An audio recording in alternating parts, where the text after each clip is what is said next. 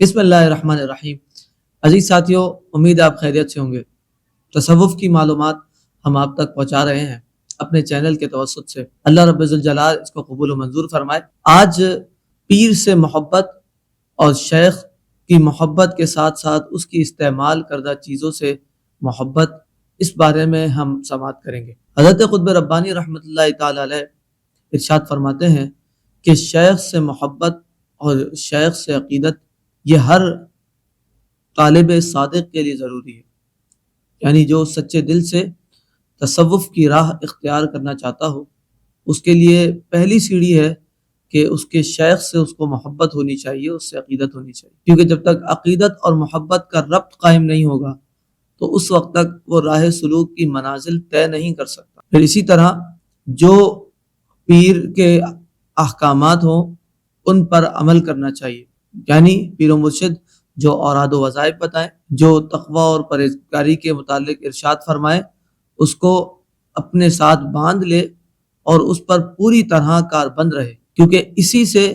اس کی ترقی ممکن ہے، اور اس کے علاوہ وہ کچھ بھی کرتا رہے وہ کبھی بھی راہ سلوک کی منزل طے نہیں کر سکے۔ پھر تیسری بات آپ نے ارشاد فرمائی کہ مرید کے لیے یہ چیز ضروری ہے اور طالب صادق کے لیے کہ پیر کی دی ہوئی اشیاء، یعنی جو چیزیں پیر عطا کرے، شیخ آپ کو عطا کرے، ان کی تعظیم ضروری ہے، ان سے بھی عقیدت ضروری ہے، کیونکہ جب اسے پیر کی عطا کردہ چیزوں سے عقیدت ہوگی تو یہ پیر سے عقیدت اور محبت کا ایک ذریعہ بن جائے گی۔ پھر ہوتا یہ ہے کہ ہمارے مشائخ نے، خاص طور پہ مشائخ چشتیہ نے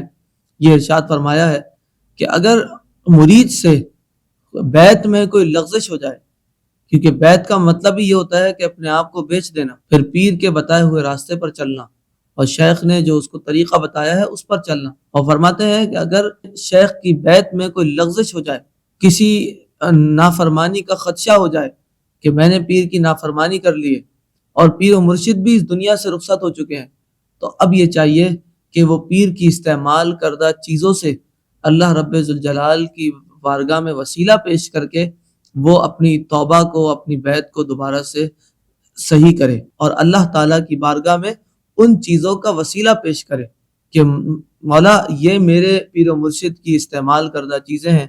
ان چیزوں کا واسطہ میری توبہ کو قبول فرما لے۔ تو فرماتے ہیں مشائخ چشتیہ کہ اللہ تعالیٰ اس کی توبہ کو قبول فرما لیتا ہے۔ اسی لیے ہمیں جو راہ سلوک پر چلنے والے ہیں، جو طریقت پر عمل کرنے والے ہیں، ان کے لیے یہ چیز بے حد ضروری ہے کہ وہ اپنے پیر سے عقیدت رکھیں، اپنے پیر سے محبت رکھیں، کیونکہ جب یہ محبت اور عقیدت قائم ہوگی پھر ہی راہ سلوک کی منازل طے ہو سکتی ہیں۔ تو آخری بات اس ویڈیو کا میسج یہی ہے کہ اپنے مشائخ سے عقیدت رکھیں، چاہے آپ کسی بھی سلسلے سے تعلق رکھتے ہوں، قادریہ، چشتیہ، نظامیہ، سراجیہ، اشرفیہ، کسی بھی سلسلے سے آپ تعلق رکھتے ہوں، آپ اپنے پیر سے عقیدت رکھیں، اپنے پیر کے شجرے کو پڑھیں، ان کی استعمال کردہ چیزوں سے عقیدت رکھیں، تو اللہ رب الجلال آپ کی باطنی منزل کو آسان کر دے گا